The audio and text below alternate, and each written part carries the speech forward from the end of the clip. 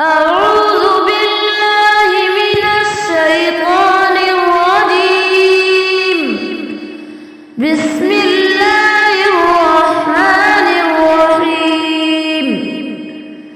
أفلا ينظرون إلى الإبل كيف خلقت وإلى السماء كيف رفعت وإلى الجبال كيف نصبت وإلى الأرض كيف سطحت فذكر إنما أنت مذكر لست عليهم بمسيطر إلا من تولى وكفر فيعذبه الله العذاب الأكبر إن إلينا إيابهم ثم إن علينا حسابهم صدق